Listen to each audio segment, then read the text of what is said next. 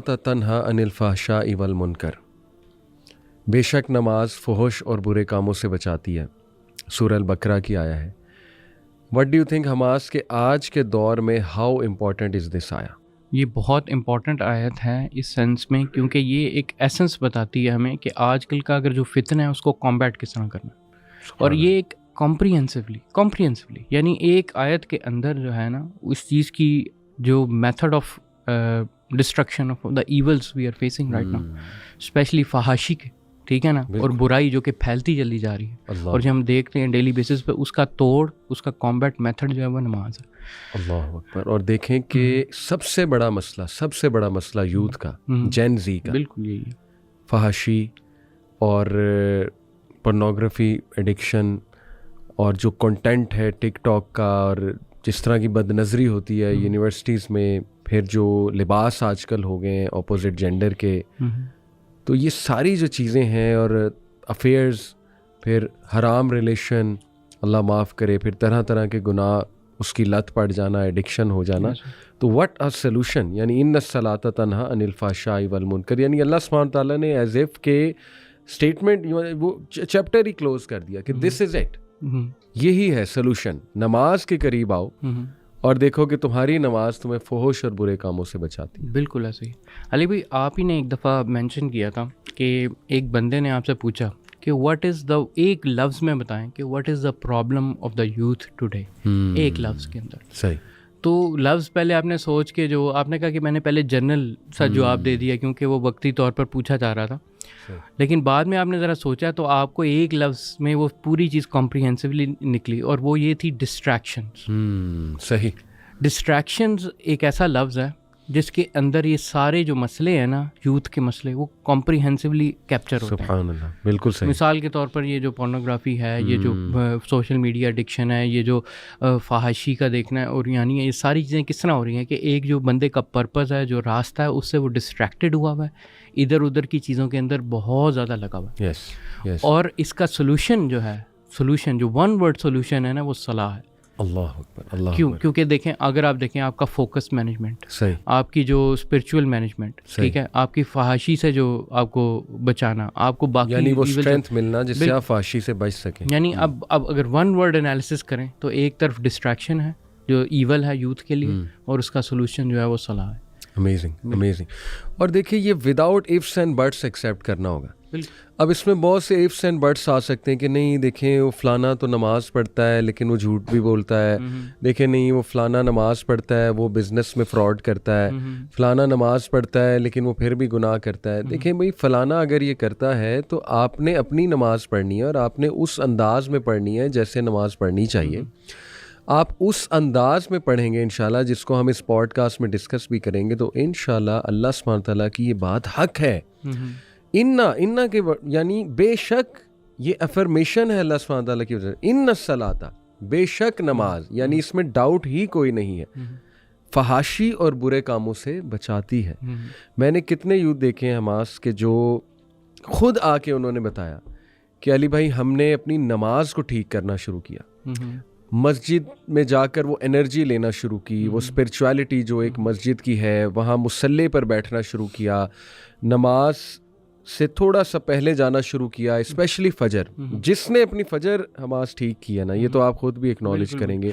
अच्छा, जितनी पावरफुल फजर है, अल्लाह अकबर, अल्लाह अकबर। अच्छा, अब यहाँ पर सबसे पहले ऑब्वियसली जो फर्स्ट क्वेश्चन ये आता है, यही जो आपने सारे डाउट्स लिस्ट किए हैं कि यार देख, ये नमाज मतलब यानी ये मुझे 3-4 ये एक्सरसाइजेस करने से क्या फ़ायदा पड़ेगा? ये तो मैंने करके भी देखी हैं, मुझे तो कभी इस तरह का फ़ायदा नहीं महसूस हुआ। और हम भी, मैं ऑनेस्टली, मैं कोई ये नहीं कहना चाह रहा कि फॉर एग्जाम्पल कि ये कोई अनहोनी बात है।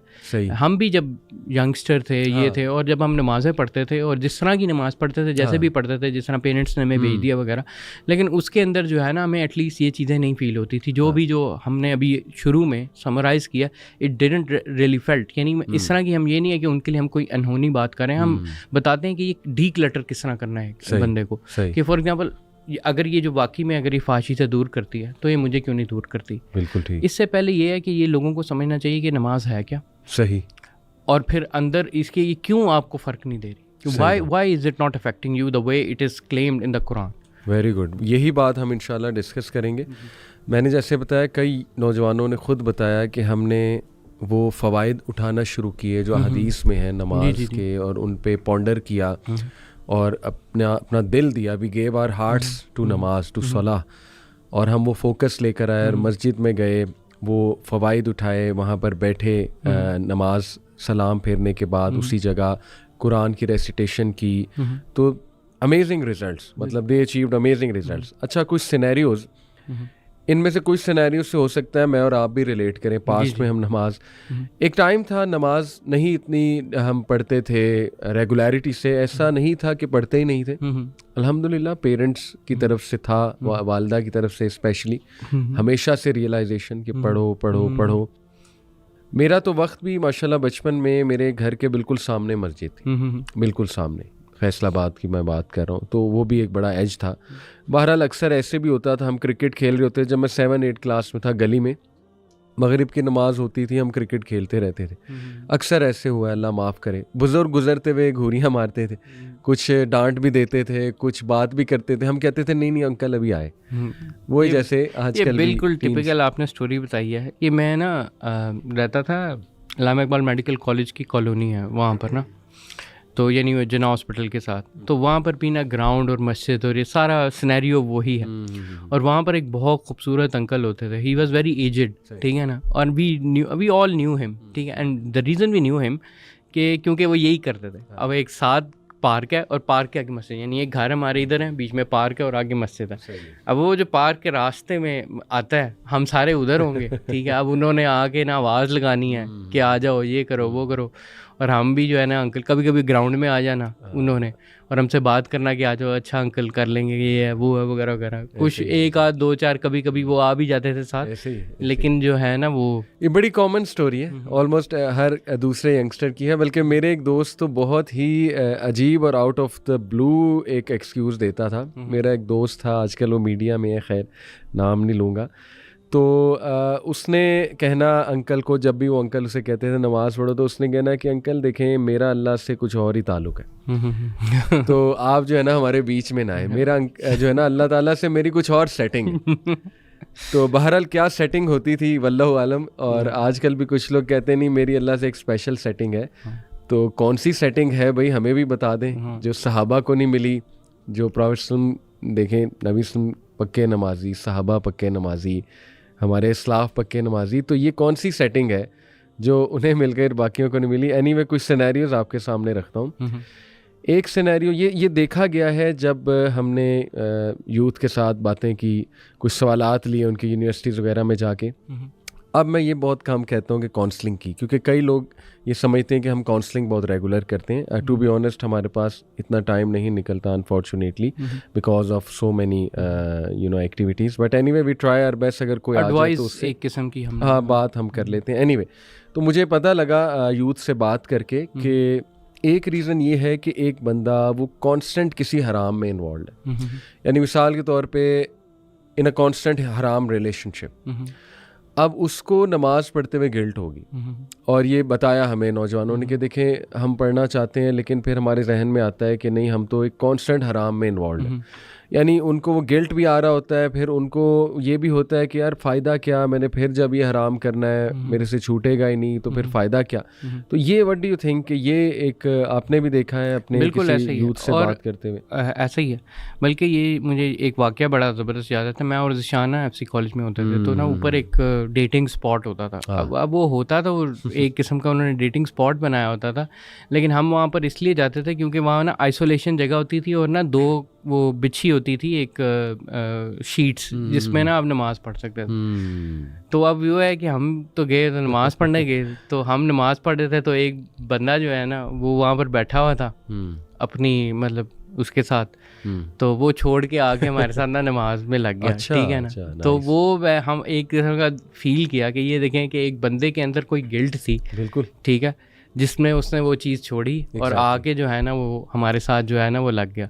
और ये एक हम एक्शंस के साथ हमने देखा कि अगर वो गिल्ट ना हो, अगर वो चीज़ इस तरह की ना हो तो वो मतलब ना छोड़े कभी भी जो बिल्कुल। देखें इसको ऐसे ही है कि एक बंदा एडिक्टेड है गुनाहों से या एक हराम में कांस्टेंट हराम कर रहा है, तो एक तो उसके अंदर गिल्ट होगा, लेकिन फिर शैतान इस गिल्ट को इस्तेमाल करके उसके जहन में ये डालेगा कि यार तूने पढ़ के क्या करना, ऐसे ही यानी जब पढ़ के भी तूने यही हरकतें करनी है, ना पढ़ के भी तू यही हरकतें कर रहा है, तो बेहतर है ना ही पढ़ा जाए, यानी तुझे फर्क क्या पड़ जाना। बिल्कुल। तो वो इतना शायद होपलेस हो जाता है वो इंसान, या इतना दूर निकल जाता है कि वो कहता है कि इग्नोर करता रहता है, छोड़ो छोड़ो छोड़ो, अभी क्या पढ़नी, बस लाइफ को एंजॉय करो।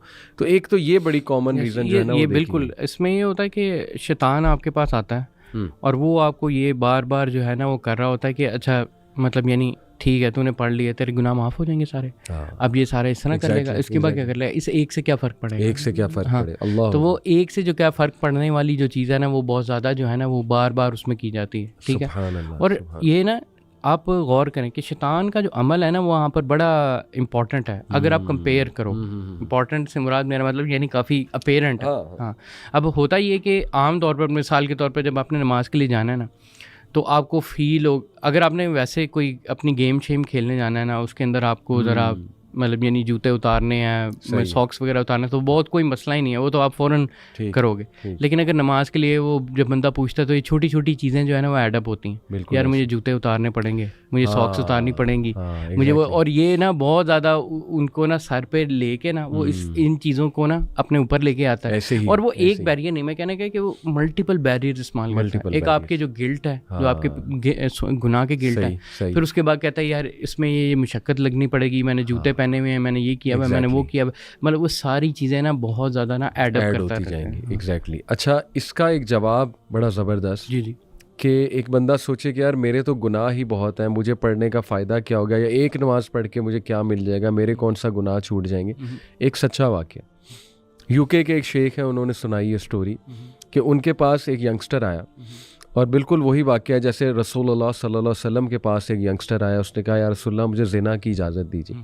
उसको शायद लत लगी हुई थी, अल्लाह माफ़ करे। अल्लाह के नबी ने बहुत प्यार से, बहुत अच्छे अंदाज से उसको काउंसल किया। सारा वाक़या आपको पता है। शेख कहते हैं बिल्कुल इसी तरह का वाक़या हुआ। एक यंगस्टर मेरे पास आया यूके में, मस्जिद में। उसने मुझे कहा कि शेख साहब मैं जा रहा हूँ, यानी I am going to do ज़िना, और ये मैं कॉन्स्टेंटली करता हूँ, गर्लफ्रेंड ऑब्वियसली, तो मैं आई एम गोइंग। अब कहते हैं मैंने उसका जब चेहरा देखा, वो बता शायद इसलिए रहा था कि मैं कोई नसीहत कर दूं, ऑब्वियसली कोई खैर थी तो आया ना, एक गिल्ट होगी। कहते बहरहाल इशा की नमाज का वक्त हो रहा था, मैंने उससे कहा अच्छा तुम ऐसा करो फ़िलहाल नमाज पढ़ो हमारे साथ। उसने कहा अच्छा चलें ठीक है। कहते सलाम जब फेरा उसने तो ज़ोरों कतार रोने लगा, आउट ऑफ नोवेयर, और वो मेरे पास आया और उसने कहा कि शेख साहब मैं ये गुनाह छोड़ना चाहता हूँ, and I am going to leave it, और मैं नहीं जा रहा। दिस इज़ द आंसर कि क्या मिलेगा। यू नेवर नो वो नमाज लाइफ चेंजिंग हो जाए, यू नेवर नो वो सजदा अल्लाह को पसंद आ जाए, यू नेवर नो कि उस नमाज में दिल से क्या आह निकल जाए, क्या बात निकल जाए, यू नेवर नो अल्लाह ताला रहमत की निगाह डाल दे आप पे। और ये बिल्कुल इसी तरह है ब्रो कि देखें एक बंदा कहे कि मैं इसलिए नहीं नहाता, मैं बहुत गंदा हूँ तो फिर भाई नहाओगे तो गंद उतरेगा ना। ये कहना कि मैं गंदा ही, फिर तो गंदे होते जाओगे, गंद बढ़ता जाएगा बढ़ता जाएगा। नबी सल्लल्लाहु अलैहि वसल्लम ने फरमाया कि अगर तुम्हारे घर के बाहर एक नहर बहती हो, सहाबा को मिसाल दी, और उसमें तुम 5 बार जो है गुस्ल करो या नहाओ, तो क्या तुम पर कोई डर्ट रहेगा? सहाबा ने कहा नहीं या रसूलल्लाह। तो अल्लाह के नबी सल्लल्लाहु अलैहि वसल्लम ने कहा यही मामला नमाज़ों का है, गुनाह माफ़ होते हैं, डीमोटिवेशन आपकी ख़त्म होती है, आप वज़ू करते हैं, आप में एक एनर्जी आती है, आपके लिटरली इर्द गिर्द एक फील्ड क्रिएट होती है, सो मैनी बेनिफिट्स। तो इसका तो आंसर देखें ये है। अच्छा अगला मैं आपके सामने रखता हूँ, इस पर भी कमेंट करें। अगली रीज़न ये देखी गई कि एक बंदा, और ये बहुत कॉमन है, हर मेरे ख्याल में हमारी भी शायद ये रीज़न थी जब नहीं पढ़ते थे, अल्लाह माफ़ करे, कि एक बंदा ऐसे एनवायरनमेंट में है जहाँ पे नमाज को फॉस्टर ही नहीं किया जा रहा, या नमाज पढ़ना इनकरेज्ड ही नहीं है।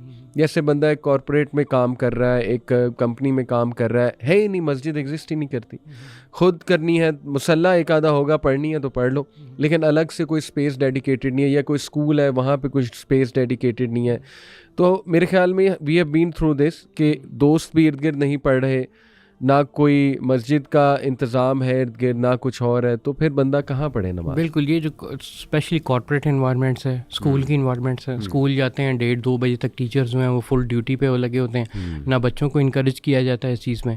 इस्लामियात का टीचर इस्लाम तो पढ़ा देगा, लेकिन मतलब यानी इस वाले मौके पे कई दफ़ा जो है ना मतलब कोई फैसिलिटी है उसकी प्रैक्टिकल एप्लीकेशन की कोई फैसिलिटी भी एग्जिस्ट नहीं करती। और ये मैंने भी फेस किया, मतलब इसमें ये वाकई में जो है ना प्रैक्टिकल डिफ़िकल्टी होती है, जहाँ पर आपके अदर देन कॉर्पोरेट और वो स्कूल्स और स्कूल स्पेशली स्कूल्स को तो स्पेशली केटर करना चाहिए ना इस चीज़ के लिए, क्योंकि वो जब कल्चर एग्जिस्ट करेगा ना तब जाके जो है ना कोई फ़र्क पड़ेगा। मैंने एक चीज़ नोटिस की थी कि मैं एकेडमी में जब था ना तब थोड़ा सा ये एक एलिमेंट उन्होंने डाला था, और मैंने देखा था कि वो सबको ही ना उसी टाइम पे ब्रेक देते थे, और वो बच्चे जो है ना वो जो उन्होंने नहीं भी करनी होती थी वो एक दूसरे को देख के नमाज़ पढ़ते थे। अब वो एकेडमी में मैंने ये फ़र्क देखा, और मैंने देखा जो स्कूल के अंदर जो है वो बिल्कुल ज़ीरो है इस चीज़ का। तो ये जो एक आपने जो बात की है ना एनवायरनमेंट, ये बहुत हैवी मोटिवेटर होता है, बहुत फ़र्क। और उस वक्त देखें, बल्कि वो तो एकेडमी जिसमें हम जाते थे वो को होती थी, ठीक है ना, उसमें हमारे पास कोई इतनी खास मोटिवेशन नहीं होती थी कोई दीनी काम करने की, लेकिन वो बस जो इन्वायरमेंट एक किस्म का वो दे देते थे ना, this is a break, this for doing this, और फिर 3-4 बच्चे जो नमाज़ पढ़ रहे थे ना उसको देख के ना फिर हया आ जाती थी, और बंदा जो है ना वो भी कहता था यार ये तो कर लो नमाज़ तो पढ़